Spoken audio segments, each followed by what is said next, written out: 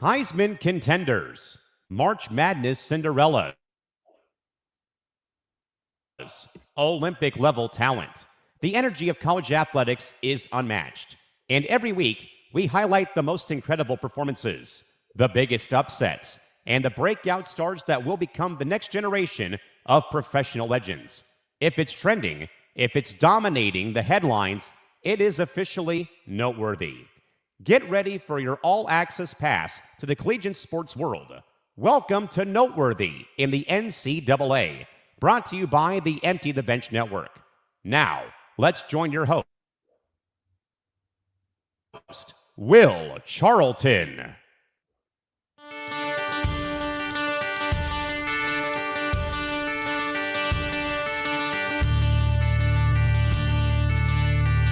What's going on, everybody? Welcome to another episode of Noteworthy in the NCAA National Championship Preview Show for Miami, Indiana. I'm Will Charlton. Trevor Williams on the show here today. Trevor, welcome to Noteworthy in the NCAA. Happy to have you on, man.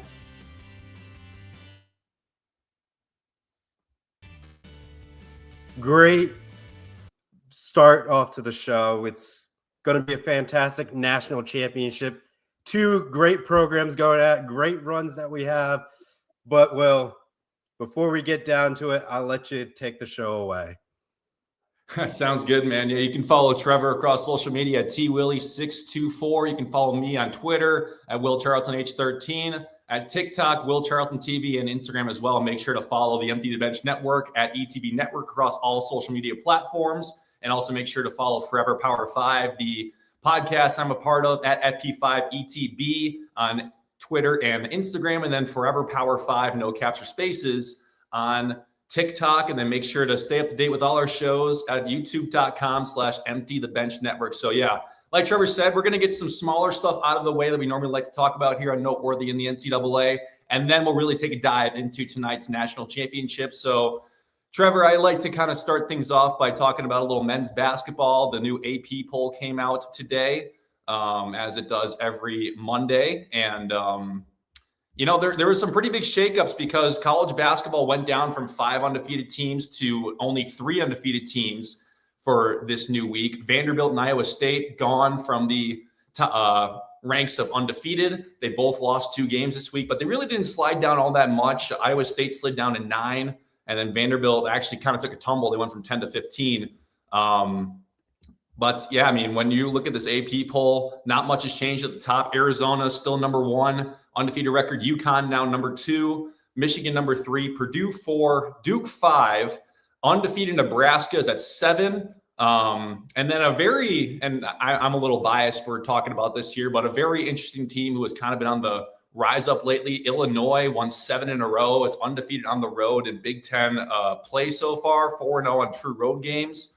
They're up to 11. Like I said, Vanderbilt slides down to 15. And then defending national champion Florida, which is pretty interesting. I mean, they have 5 losses, so it makes sense why Vanderbilt's a slot ahead of them. But Florida, after kind of finding its feet under itself, the defending national champs are up to 16 now. They have been kind of on a heater lately. And then let's take a look at the rest of it here. I kind of love this too, to wrap up the poll. St. Louis and Miami of Ohio, 2 mid-majors. Miami of Ohio undefeated, St. Louis 17-1. They're both in the top 25 this week as well at 24 and 25 respectfully. So Trevor, any thoughts on the new AP poll? I would say the toughest one right now is Florida and Vanderbilt because they just played each other. And you're going to tell me the head-to-head doesn't matter right now, even though you still have a long part before you get into the whole conference tournament. I think you got to flip it the other way, even though Vanderbilt is 6-2. I think you got to honor and respect the head-to-head matchup right now. Yeah, I mean, I think it kind of just comes down to the fact that Florida has those 5 losses and Vanderbilt has only had 2. But, obviously as the season continues to go on and on, it's just there'll be a lot more things that come about that will shake things up. I'm pretty interested to see how this Florida team really starts kind of performing from here, because look at a guy like Xavier Lee, for instance, a big transfer name coming in from Princeton for this year. And he just played phenomenal in the game against Vanderbilt. I mean, he basically put Florida on his back, as well as Ruben Chinyulu, who was just dominant in that game as well. So I think that Florida right now is in a really good spot. And, it's a team who knows how to win. I mean, they still got a handful of guys from that team last year, obviously losing the guys like Elijah Martin, Walter Clayton. I mean, those losses are tough. But, it's a team who knows how to win. So that'll be pretty interesting. And, I mean, how do you feel about the mid-majors being in there? I kind of love it personally because they've proven they can win. Yeah, I like having it in there. But the thing is, you got to get hot at the right moment in time. So this starts that campaign late January, getting through your conference championship tournaments, and you roll into March Madness. Yes, the polls have some weight, but you're trying to fight for a good seat so you don't have to do the 12 versus 5 matchup, because a lot of those 12 seeds have been upsetting 5 teams for the last couple years. So at least one of the 12 seeds pulls up the upset. So you want, I wouldn't say you want the 10-7 seed almost, but you try to avoid the upset trajectory for some of the seeds. I want to say that the statistic is that over the last, It's like over the last handful of I can't remember what the exact year is, but over the last handful of tournaments, the 12 seed at least gets 1 win over a 5 seed every year, like going back for like the last 10, 15 years, something like that. Because even this past tournament, McNeese beat Clemson. So that was another 12-5 upset that happened. So no, you're right. I mean, those mid-majors who win close to 30 games in a regular season come in playing hot, they win their conference tournament. Anything can happen from there. I mean, you see these type of teams advance on in the tournament, and Miami, Ohio, that's just a team who doesn't know how to lose. I'm not too sure if you saw their last game against Buffalo, but they not only did they hit a game-tying 3-pointer as the regulation expired to tie the game and send it to overtime, they hit a game-winning 3-pointer in overtime as time expired. I mean, this is just a team who does not know how to lose. 19-0. And the MAC is not like a conference the MAC has had some decent teams in it lately. I mean, Akron's made the tournament a few times lately, and given teams a tough time in the first round. I want to say Buffalo's been there a couple times, and those are teams already that Miami's beat. And St. Louis, I mean, they play in a sneaky good Atlantic 10 conference. So obviously they got the guy with the goggles, Robbie Avila. That guy's always kind of fun to watch too. So yeah, and then I kind of also like to talk about the new KenPom rankings that are updated as of today. And I mean, there's a ton of games on this day today, but no college basketball games are really that significant today, just because of the main spotlight being the College Football Playoff National Championship. But when you look at this top 10 of KenPom right now, we're at a point in the season where these top 10 teams are probably, I'll say the top 15. These top 15 teams are probably the ones you're going to want to watch out for deep runs in March Madness. I mean, when you look at these top 15 teams in KenPom right now, if you have the list up, these are the teams you're going to really want to keep an eye on for deep runs, like Michigan, who has been phenomenal this year. Arizona's undefeated still. Duke's been great. I mean, I have the best freshman in the country in Cam Boozer. Purdue's a very good team. Obviously, they had the one slip up against Iowa State at home, which was pretty fascinating. Houston's always just phenomenal on the defensive end. A team like Gonzaga is interesting to me just because I'm not really too – I think their guard play might kind of hurt them later on the stretch. I think they're just not the deepest team out there. But and then my Fighting Illini, number 7 on the heater. The Illini I've been on lately. Iowa State 8, Florida 9 now. I mean, Florida's rising up in the KenPom metrics, and Michigan State 10, UConn 11, Vanderbilt 12, Nebraska 13, Virginia 14, BYU 15. And I mean, these are easily accessible to anyone watching. KenPom.com. I'm sure all you guys know that. It's not very discrete knowledge, but this is KenPom and Barch Forbick are kind of like the Bibles for the basketball season, just because this is the true test of like where a team is at and how they're measured, what the numbers say about them. And the net rankings do that really well too. So Yeah, college basketball though. This show is primarily going to be all college basketball once the college football season wraps up tonight. So now that we've kind of gone over some college basketball, let's actually get into some college football, and we'll get into the national championship in a few minutes here. But we just want to go over some transfer portal updates lately. And Trevor, I think one of the biggest ones we got to talk about is Dante Moore staying at Oregon next year instead of declaring for the NFL draft. I think how he got, I wouldn't say embarrassed during the Indiana game, but those 3 turnovers on the short field kind of was the written in the stars for that Oregon team. I don't think they could pull back, but even if you take like a granular look at that game, outside of the turnovers, it was fairly even in some of like the matchup stats. Like the possession was fairly close to being even. First downs for Oregon was 20 compared to Indiana's 18. But when you have those 3 turnovers and you look at Mendoza's stats, he only threw for 177 yards passing in that game with 5 touchdowns. A lot, you know? Yeah, he didn't have to do anything. So it was just like 17 for 20 for his, passing completions. Solid game of football for him across the board. But you would think, oh, they have 56 points. You would think he would at least have 300 yards passing.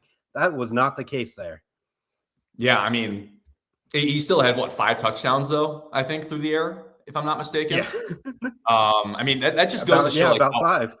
Yeah, that just goes to show how elite this Indiana team is. And we'll get more into that, obviously. But, yeah, I mean, I'm going to be kind of curious to see how this Dylan Raiola, Dante Moore kind of thing shakes out for Oregon now, though, because obviously Raiola is a guy who has 2 years of starting experience in the Big Ten at Nebraska.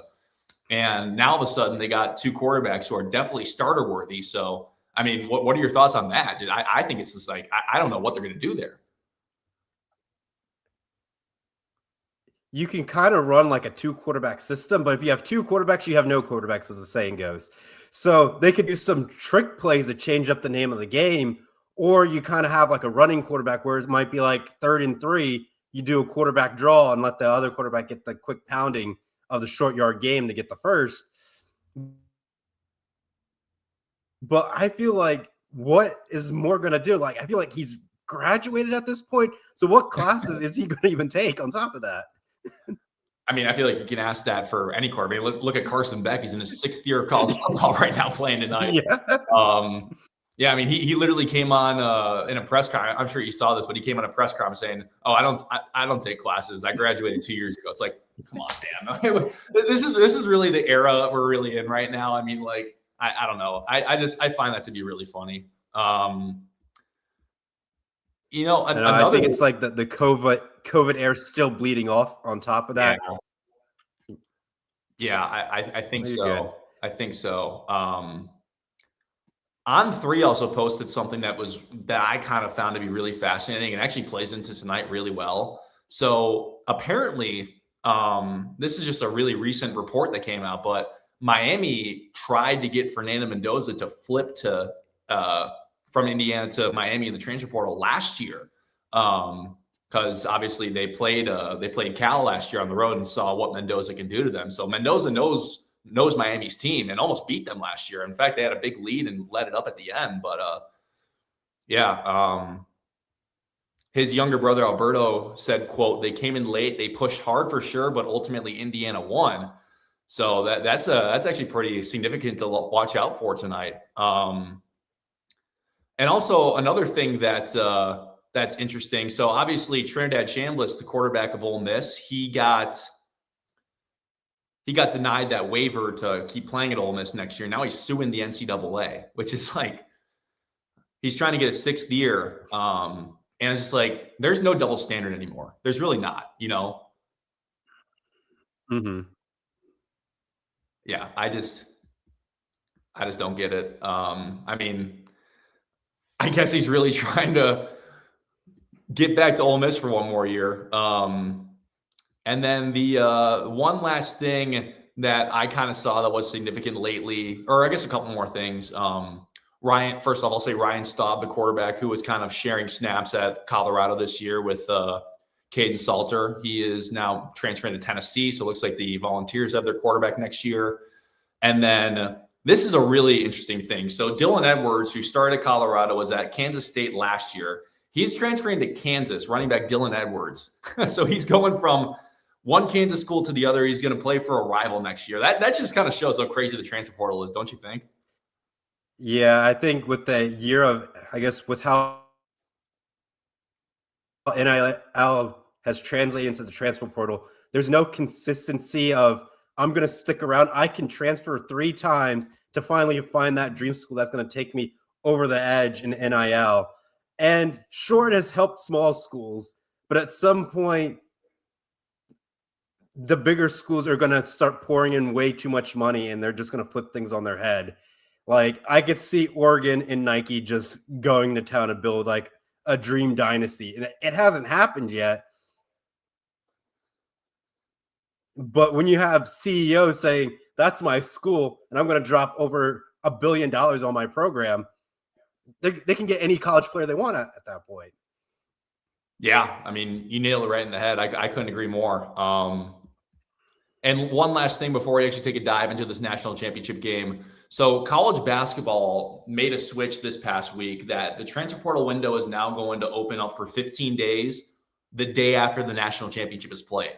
I think that is a fantastic move, and college football needs to follow in suit with that because there is just so much mayhem right now. Like, I mean, look at Indiana and Miami, or even like the pass round, Ole Miss and Oregon. I mean, they had to be in the portal looking for guys for next year, but they're still preparing for games. And now college basketball is setting the precedent that, like, yeah, this is an off-season thing, not an in-season thing. College football needs to do this too, I think. Yeah, they definitely need to, because like I think the transfer portal opens like right after conference championship weekend, and then like people start transferring during bowl season, and they don't play in those bowl games. But then there's a side of me start to think of like how the NFL has old quarterbacks slipping back in. So you could have a quarterback that transfers from, let's say, Tennessee and plays in the college football playoffs and wins the whole thing because their starting quarterback goes down. Yeah, it's it's wild. It's wild because obviously in this day and age, I mean, there's really no such thing as building a program anymore. You know, there really isn't. And if you're watching and you want to ask either of us any questions along the way, feel free to drop a question in the comments section. We'd be happy to answer it for you. But now that we've kind of covered the small things, let's actually get into this national championship game, shall we? So Indiana and Miami going at it tonight in Miami's home stadium for the College Football Playoff National Championship. The season all comes down to this. Kickoff is in just about, let's say, a little over an hour from now. I'll tell you what, Trevor. I mean, this Indiana team. Let's start with them. This Indiana team has just shown that they have no flaws. I mean, they have shown no weaknesses at all. Fernando Mendoza showing why he won the Heisman, like you explained, even though he didn't really do a whole lot through the air against Oregon. He still had the 5 touchdowns.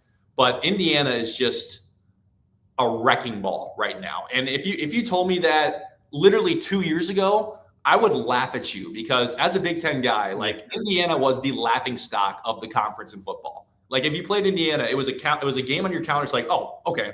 We're 1-0 already because we have Indiana on our schedule. But now, I mean, you look at what Curt Cignetti's done in these last 2 years. What is it? He's now 26-2 in 2 seasons. It's just, it's mind-boggling. And Indiana's favored by 7.5 in this game. The total is 46.5. I'll tell you what, I mean, just looking at how Indiana has done, I think Miami on paper is probably the toughest team they've faced in these playoffs now to this point. But it's just hard not to ride with the Hoosiers, man.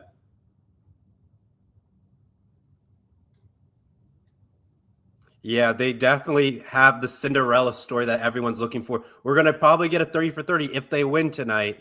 But at the same time, I was at the Indiana game last year when they played Ohio State. I was up in the south side of the shoe when it went down. Indiana was playing with Ohio State relatively close. And then as the game progressed on, talent just beat Indiana. Mm-hmm. So now you flip the script with a couple more transfer portals into Indiana. And it's a completely different team. Like we thought this year, maybe they had like another easy schedule to get them there. their only two toughest teams on the schedule was Oregon and Penn State. They beat Oregon convincingly by 10 points. So it was like, okay, maybe they just got through. But then when they ran into Penn State drive, and that Penn State team didn't have a starting quarterback or their head coach. So we didn't know what this Indiana team was going to go into the playoffs. But when they played Ohio State in the Big Ten championship game, holding the Buckeyes to 10 points, it's a vastly different team at that point. And then they just kept rolling from there, beating Alabama in the Rose Bowl, only preventing what 6 points or 3 points for Alabama? Unheard of from what that Alabama team has – what Alabama's done to, like, other teams this season, and then you see that performance. And then they face Oregon again. People thought, it's going to be close. It might come down to the wire. No, they capitalized on the turnovers, and they just blew them out of the water. So there's, like, no second guessing about how Indiana beat Oregon the first time around. Like, everyone's convinced a legit team. Now they just got to finish the job. Miami, on the other hand, they had the controversy of getting in. People said Notre Dame should go in because of the head-to-head. You have that matchup, even though with Miami winning it, but the committee had Notre Dame ranked above Miami for the last 2 weeks going in before they did the final selection. So you got that controversy. Miami has to finish their job to show that they were legit and they rightfully deserved to win this national championship. But I think this Indiana team is just going to play mistake-free football. And we saw what happened in the Ole Miss game. Miami's defense was giving up penalties late. I think Miami gave up like 10 penalties in that game. You cannot do that in a national championship game. If you do that, you're going to lose. Yeah, no, without a doubt. But I will say this, like, going back to the whole controversy between Miami and Notre Dame, it was one of those deals that, a lot of people thought like, Notre Dame has better strength of schedule. Notre Dame, I mean, the head-to-head shouldn't matter because it was week one. And, when you really like, does Notre Dame have the two better losses? Yes, they do. Indiana, obviously, Miami's two losses to SMU and Louisville. Those aren't good losses, especially when Carson Beck, I believe it was 4 interceptions in the game against Louisville. And SMU, I mean, road game that just kind of got away from you. But yeah, head scratchers. Like those two games are head scratchers. And when Miami got in, obviously, I think that the committee set a precedent in this college ball playoff that head-to-head ultimately does matter. And what I would have been interested to see, though, is if like Miami was 9-3 and Notre Dame was 10-2. There's not even a conversation. Like there's not even a conversation about it. And it's just one of those deals that you look at how the season progresses for each team. Miami kind of had that down slope, but then they really started picking it up after the loss to SMU. They just kind of steamrolled through the rest of the ACC play, annihilated Virginia Tech, annihilated Pittsburgh. And because of the ACC's dumb rules, somehow they didn't play in the conference championship game. But, it's when you look at this Miami team, they weren't supposed to be here. They go on the road. They beat Texas A&M in one of the most hostile environments in college football, 10-3. Like that game was a slugfest. And if you're playing Miami in a slugfest, it's probably not going to go your way. It was so impressive how they stopped that high-powered A&M offense right away. It's like, oh, okay. So maybe Miami does belong here because A&M, I mean, they didn't play well against Texas, and I think they kind of bled over into the game against Miami. But A&M was one of the better offenses in the SEC this season, and Miami completely shut down Marcel Reed and company. Then they follow that up with a win over Ohio State in dominant fashion. I mean, like they got up, 14-0 right away and then took a nice lead in halftime and never looked back. I mean, Ohio State looked lost in that game. I mean, Julian Sain didn't really have any answers for Miami's secondary. The pass rush, Desmond Bain leading the way, was just dominant, got Julian Sain a handful of times. And then they follow that up with just a clutch win against a really, really fun Ole Miss team. I mean, Ole Miss had the late lead, 27-24, and then Carson Beck leads the game-winning touchdown drive, walks it in. on that 3rd and goal, I believe it was, and the rest is history. But I mean, Ole Miss had a bit of a controversy at the end of that game with the no call pass interference, but that they still would have had to score for the 20, which is rather unlikely. But I also think that Miami is just kind of flew under the radar in a sense, because like people were saying like, oh yeah, they got to be in. They don't have to be in. There is so much going on from both sides, and we've really seen Miami's true colors and what they are as a team. This defense is something else, man. I mean, this defense has been really impressive to watch. Yeah, I think they came in. They're a physical bunch. We're going to get a physical national championship game that we all love and like with college football. Hopefully, we might get some free football. It goes into OT, and we get a nice overtime fashion with a walk-off win with Mendoza doing a signature pose, and you get that forever on Sports Illustrated with how he does a walk-off for a win. So we'll see if we can get that. Now, I think some keys to the game, especially for Indiana, I mean, it's kind of hard to like say stuff individually, but like just keep doing what you're doing. I mean, in Indiana, like force turnovers, like make Carson Beck uncomfortable. Fernando Mendoza, just do your thing. Get the ground game working. Get Roman Hemby and Kalen Black working. And then Fernando, he'll find his guys. Omar Cooper, he'll find Elijah Surratt. But also protect the quarterback, protect the quarterback, because Miami's pass rush is intense. I mean, it's looking like it might be one of the better pass rushes out there right now. But Indiana itself, I mean, Indiana has a great pass rush too. I mean, look what they did to Dante Moore in the last game against Oregon. And that was a team that obviously they beat once already in the season. And then, they say it's really hard to beat a team twice. They followed it up and made it look like Oregon didn't belong on the same field as them. So, I mean, I think Indiana's got to keep it simple and just keep doing what you're doing, What do you say? Yep. Capitalize on Miami's mistakes, play mistake-free football, and they really should walk out with this game in the bag. I don't want to say in the bag, but a convincing victory. Trevor, what do you think Miami has to do to get this win tonight? What they have to do to get this win tonight.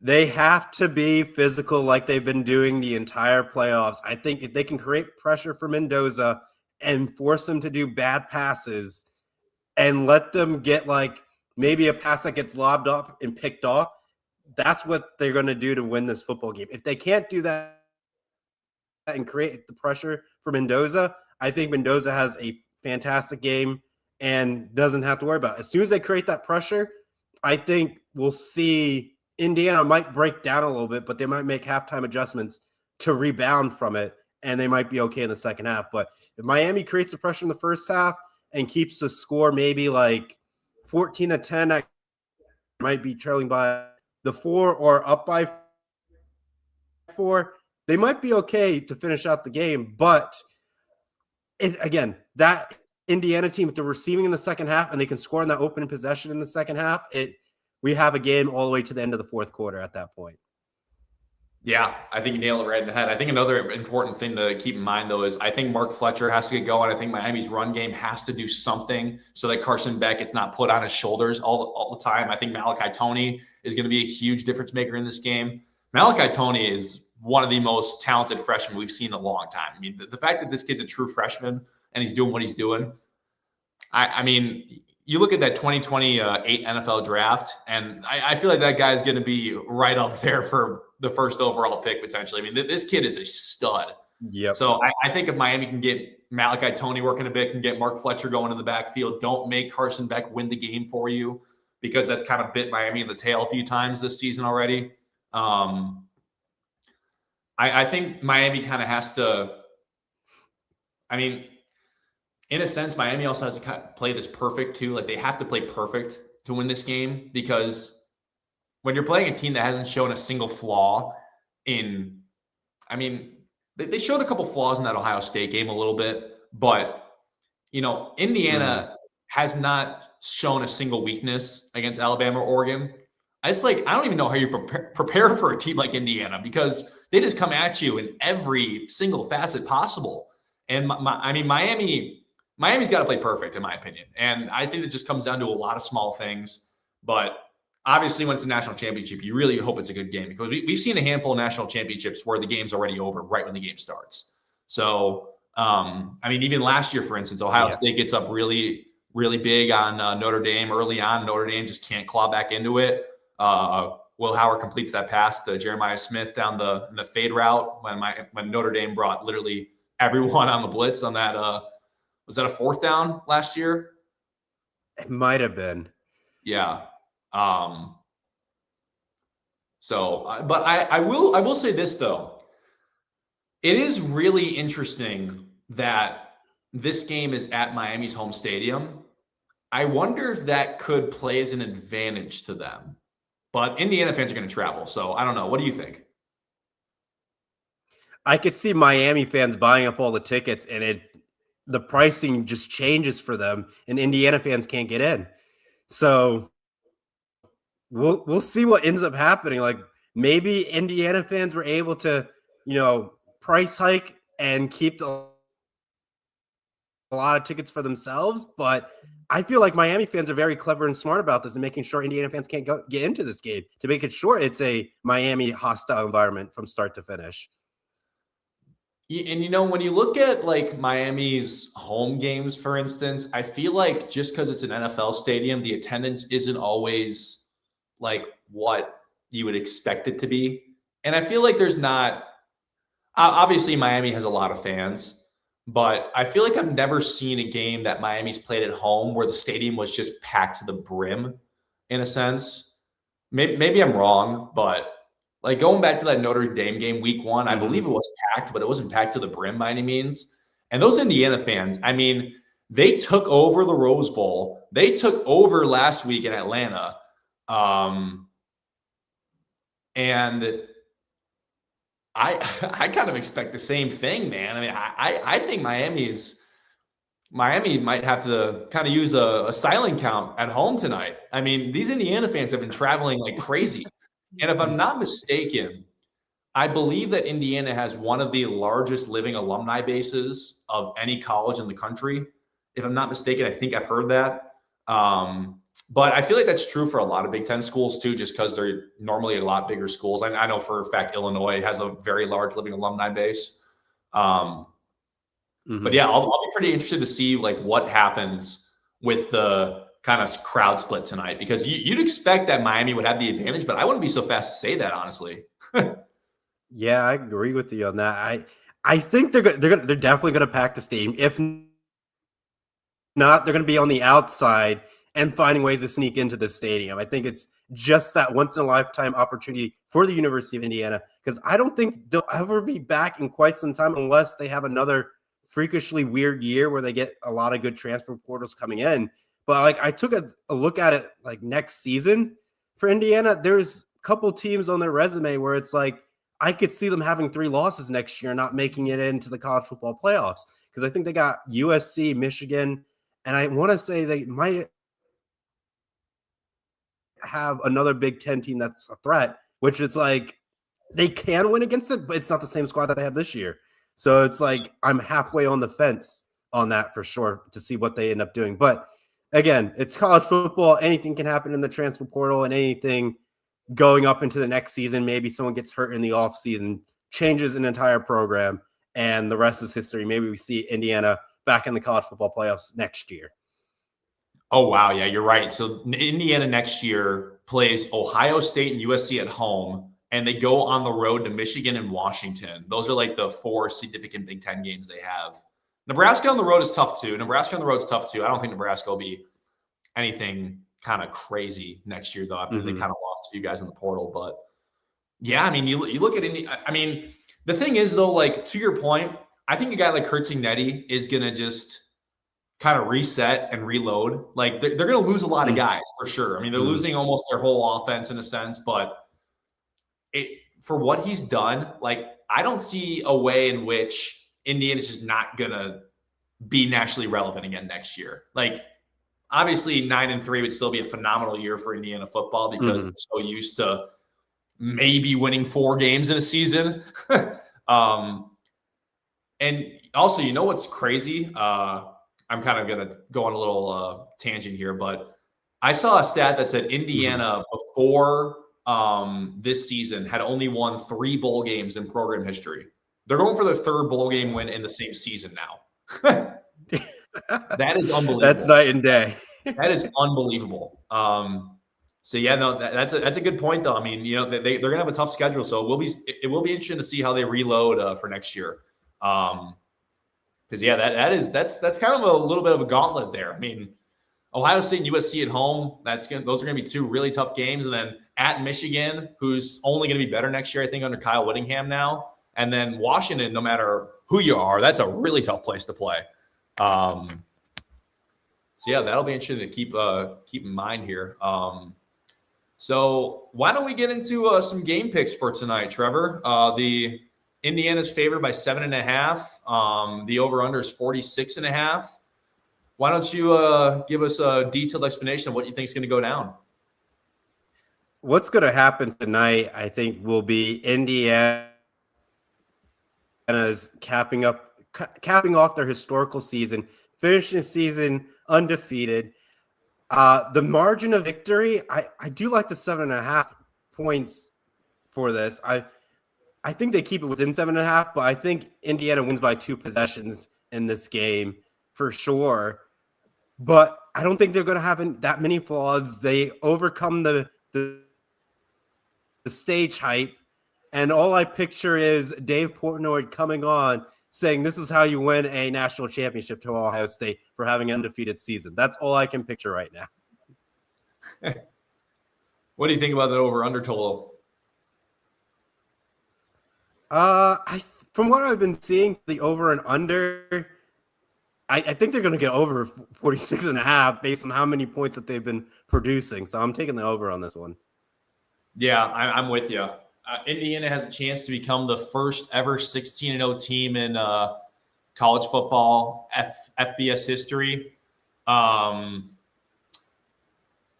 don't see a way in which they're stopped tonight. I mean, I kind of see this game being very similar to last year's national championship in a sense. I think that even though I just saw a pretty interesting stat there. So Miami leads the country in sacks with 47. Indiana is second in sacks with 45.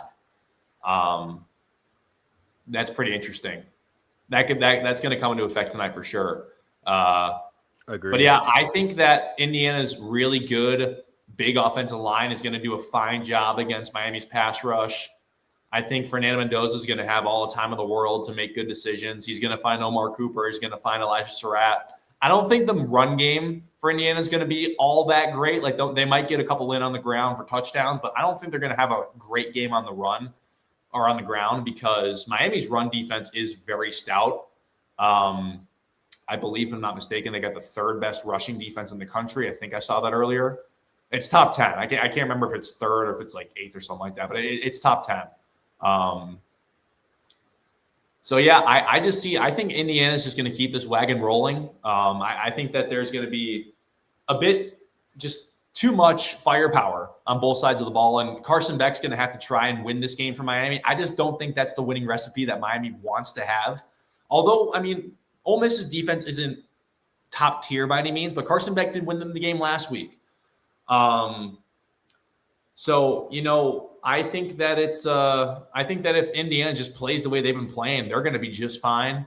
They haven't showed any flaws like we've been talking about over and over, and I don't see that changing. I like Indiana to cover that number. My final score prediction is 30-20 Indiana. They're playing ahead for most of the game. Miami's just trying to play catch up a little bit, but just can't really get back into it fully. So I like that over as well. But, you know, hats off big time to Miami for getting to this point. I mean, they were not supposed to be here. They're the team that wasn't even supposed to be in the playoff, and now they're on the sport's biggest stage, playing in their home stadium to try and lift the national championship trophy. Which, you know, that would be pretty ironic if they do win tonight because they didn't win their conference. Like, I guess the same goes for Ohio State last year. They didn't win their conference and they won the national championship, but it would be really ironic for Miami, who played a very weak ACC this year, to not even be a conference champion of that very weak conference from top to bottom, and then be the national champion. But yeah, I just don't see a way in which this Indiana team goes down tonight, man. They're here for a reason. They've proven it. No team has been able to hang with them. They're just so talented on both sides of the ball. And it goes to show like how much going into the transfer portal works. I mean, Indiana is a very old team. I mean, I believe their average age is like 23, which is kind of crazy for a college football team. I don't think it might be like 22 and a half. So they got a really old team, but yeah, it just goes to show like how impressive a team can be when you dive into the portal and you grab your guys that you want. So yeah, I see Indiana getting this done tonight, and I think it's going to be a pretty convincing fashion. But yeah, that game's coming up once again. Kickoff in just about an hour now. And I'm excited. I mean, I'm kind of bummed the college football season's over, but man, it's been a pretty fun season. It's been a super unpredictable season. I mean, having number 5, number 6, and number 10 all in the semifinals. I mean, it just goes to show that this college football playoff thing, it's given teams an opportunity that normally wouldn't have an opportunity to contend for titles. And I really like it. I know. I think the scary thing that is going to come up is, do you expand the college football playoffs to 16 teams or 24 teams? I think you're muddying the water if you expand it to like 24 teams, but 16 teams, you could probably swing it. But I think we're good with 12. I'm fine if we try to stretch it to 14 teams, but I don't want automatic bids for certain teams, aka Notre Dame, join a conference finally. But seriously, right? It's just one of the. I think we perfected it with 12 thus far. Yes, there's problems with the 12 and your conference champions of getting in. Don't get me wrong, we like James Madison being in there, but you're telling me BYU gets left out for losing a head-to-head twice to Texas Tech. And you're telling me they couldn't compete for a national championship game? I'm like, there's certain metrics where it's like you could bump it out a little bit more, and there's teams that could compete. But do we want good content or allowing teams to just be in there to say that they're in there? Well, and I will say this to your point too. I don't know if they actually would have, because Texas Tech played awful against Oregon. I mean, they look terrible. Now, I don't know. I don't know if that's a talent gap deal or what, but Texas Tech, like I thought the Texas Tech team that was number 4 in the country, and rightfully so, was a team that Indiana was going to struggle with in the semifinal. Like, I thought Texas Tech was going to give Indiana a great run for their money in the semifinal. I was very high on that team. And what they get shut out against Oregon, I mean, that's just mind-boggling. They played awful in that game. So I think that kind of goes to show, though, like how bad the Big 12 was this year, too. Because, I mean, when you look at every other team in the Big 12 beside BYU and Texas Tech, that conference is bad. I mean, that there was just nothing there this year. So, I still think Texas Tech was a really good team, but when it comes down to making it this far, like I don't know. I mean, it was really, really weird to see Texas Tech play as bad as they did in that playoff game. So I don't know. I mean, like, would BYU have probably put up a better fight than a Tulane or James Madison? Maybe. Like, you'd like to think so, right? But also, if you do expand the playoff, then people are going to be then 8 and 4 teams and be like, well, we should have been in at 16. Why were we in at 16? You had 4 losses. Like, we're gonna go from like a 9 and 3 Texas being mad they didn't get into like an 8 and 4. I don't know, like some sort of other 8 and 4 SEC team being, well, why didn't we get in? We played the big bad SEC. Be 8 and 4 Arkansas. Yeah, literally. 8 and 4 Arkansas not getting it. Literally. And I think that no matter how much you expand it, it's never going to be correct. It will never be correct because people will always complain about it. Like there will never be a moment where people are not complaining about not getting into the college football playoff. So, when you talk about expanding it, like it's going to happen. It's going to go to 16. Like, I'm pretty sure the Big 10 and SEC are really pushing for it right now. But I'm so sick of this whole SEC narrative because people are like, it's every week in the SEC. It's every week. You face a tough team every single week. When was the last time you guys won a national championship? When was the last time you guys played in a national championship? I mean, like, the big bad SEC. That's where we're at. You guys haven't won a national championship since Georgia did in 21. Like, the Big Ten has won the last two. Or, let's see. Am I wrong on that? I think was it 23 that Georgia won it last? Because Michigan was 24, Ohio State was 25. So, yeah. So, last time was Georgia. I think Michigan had 20. Yeah. Yeah. The 2023, 24, 24, 25. Yeah. So the Big Ten's going for its third straight national championship tonight. And yeah, I'm so sick of the narrative that the SEC is underrepresented in the college football play. I mean, what do they have? They had 5 teams in there this year. And they couldn't get it done. Like, I don't know. I mean, their conference champion didn't even make it to the, what was it? Didn't even make it to the semifinals, lost an all SEC game against Ole Miss. Mm-hmm. Yeah, I don't know. I'm so sick of this whole SEC narrative. Like, the SEC needs to shut up. They really do. As their slogan, it just means more. It does it though? I mean, I think that should be the Big Ten saying it now, because the Big Ten's proven that it's the best conference there lately. I mean,